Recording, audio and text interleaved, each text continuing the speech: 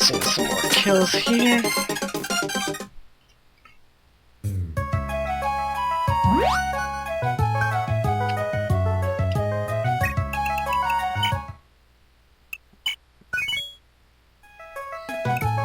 Now, because I'm a terrible person, even though I know Fury's a good person, I'm going to go kill all of her lackeys, because they're worth delicious experience.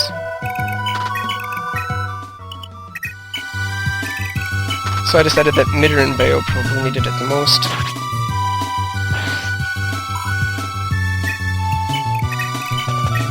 And if I didn't think that Levin might kill Fury if he attacked her, I might have even considered attacking her for the experience, and then talking to her right afterwards. However, I just didn't want to risk it.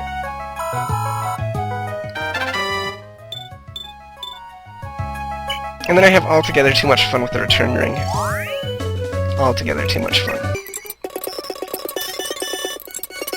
Oh, now it's Sylvia's turn in the arena. These are going to be long and painful, so they're sped up even faster than typical. Because, well, it should be self-explanatory.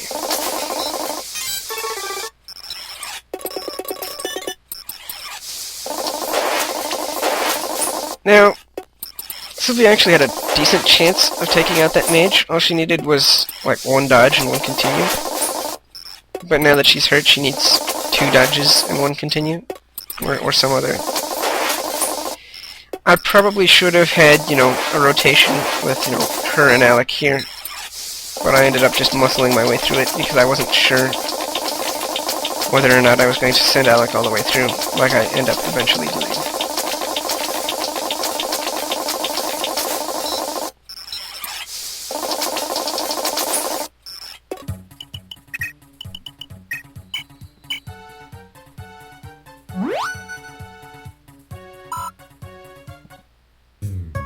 Anyway, back to the main front. It's time to advance north. But first, we need to sell this warp staff.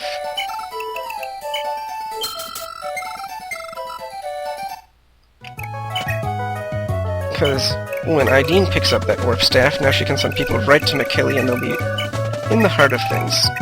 No wait, no nothing. And that's a glorious thing if I ever.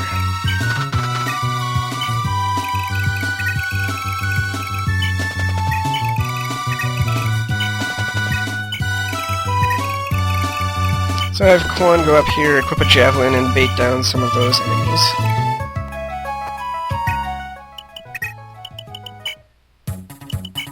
Originally I was planning just to warp Ethlyn up there, so that she could return back the people who had yet to clear the arena. But then I'm like, you know, an additional fighter would be good. I'll just have Alec clear the arena now, and then send him up. And so I do. And the shield ring really helps him out, as does the armor cutter against this,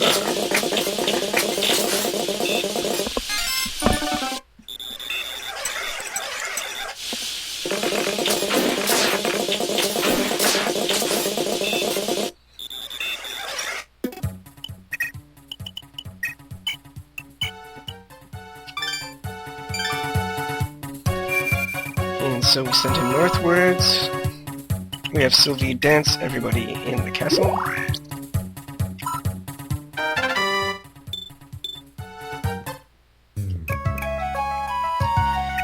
Then Sylvia's dance actually, because she leveled, got an unfortunate string of random numbers out of the way, allowing Alec to clear the boss. Because for some reason he's managed to double this, which kind of floors my mind.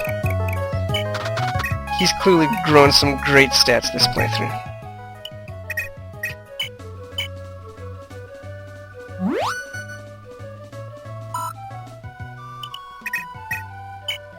So we get in some more heals, some more warps.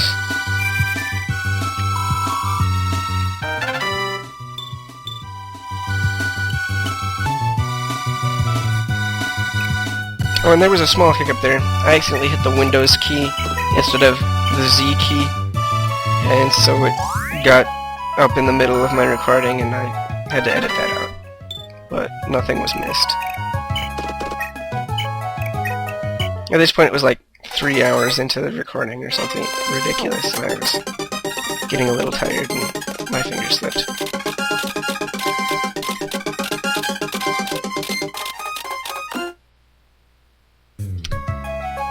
Alright, and so we're back to a player phase, and that means more Sylvia Arena action shortly.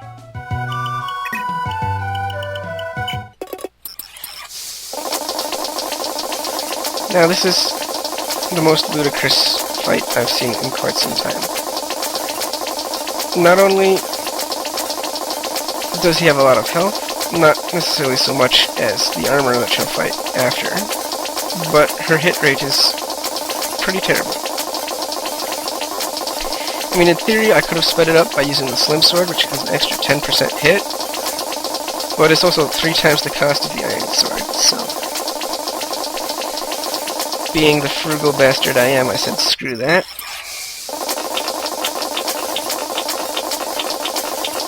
And so Sylvia has grown just enough hit points that she survived a 1-hit KO. Although she still has yet to grow any regular defense. At this point, I think growing hit points is actually more beneficial for her, because that will help against magic assaults as well. And I mean, 2 defense versus 1 is not going to make the difference between a 1-hit KO and a 2-hit KO. At least I can't see it happening. Attack with the broken sword there, just because I know she wasn't going to be able to take it.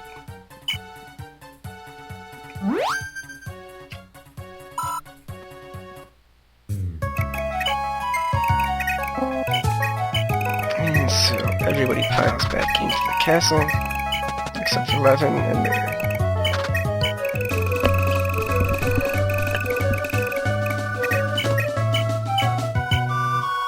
Evelyn gets in some more returns on people who have unfinished business with the arena.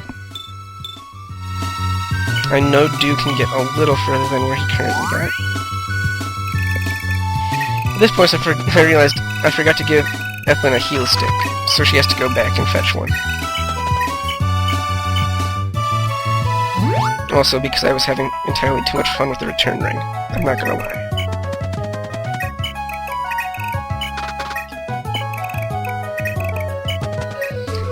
Najanka sits over here. He's just in range of that javelin armor, so he'll pick it off on the enemy phase.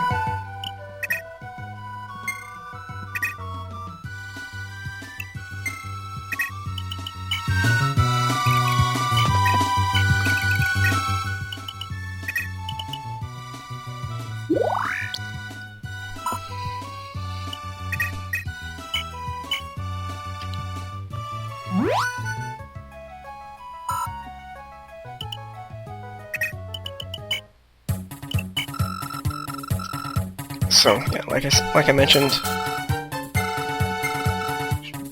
Evelyn came back to pick up Idine's heal stick.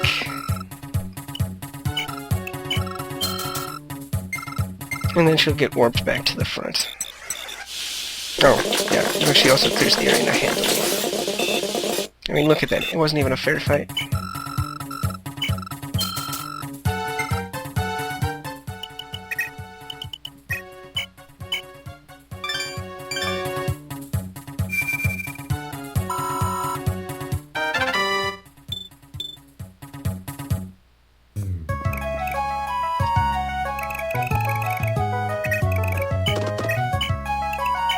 And so I actually experimented. I sent Quan straight into the thick of things, and he's like 10-hit KO'd by them. So I don't feel too bad about leaving him here.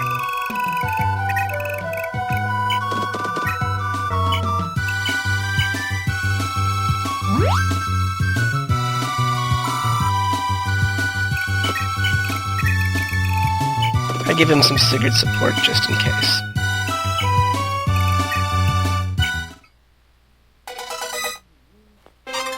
Well,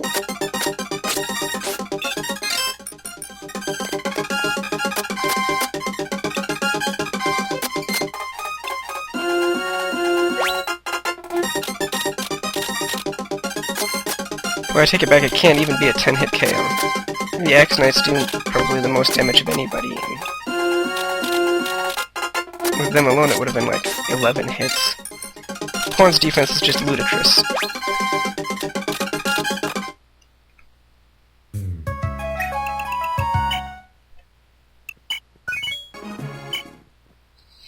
This was yet another instance of bizarre AI shenanigans if I hadn't restored from a save point.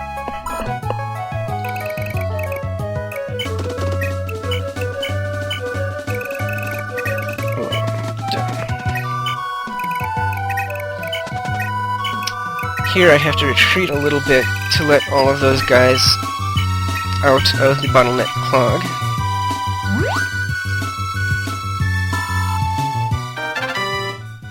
Because I had bad experience in a previous playthrough trying to force my way through the clog like one unit at a time. It was just, no. Letting them come out and dealing with them out here, I think, is, on the whole, the much better approach.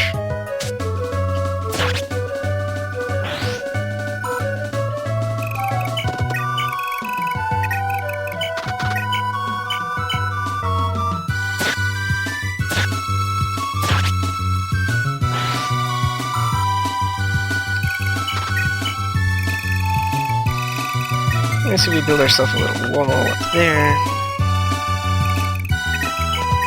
And then come back and do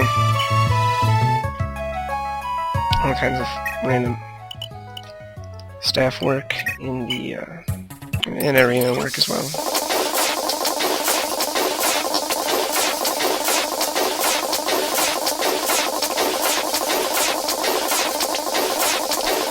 Now, Sylvia only has, I think, 32 combined HP defense, and the final arena boss does 34 base attack.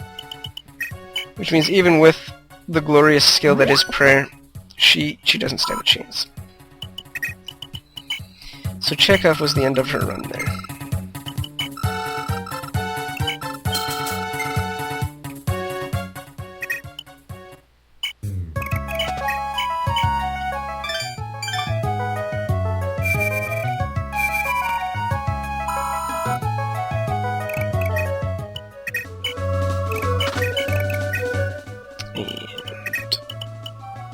Refresh.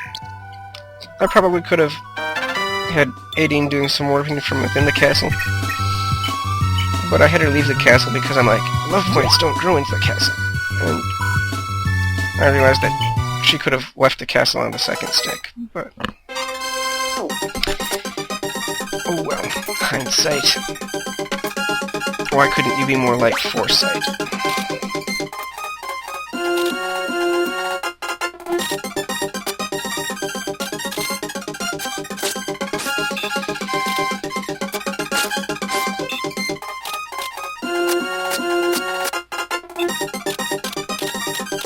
And so not as many of the knights come as far forward as I would have liked, but you know, several of them do, and I can manage what's out here.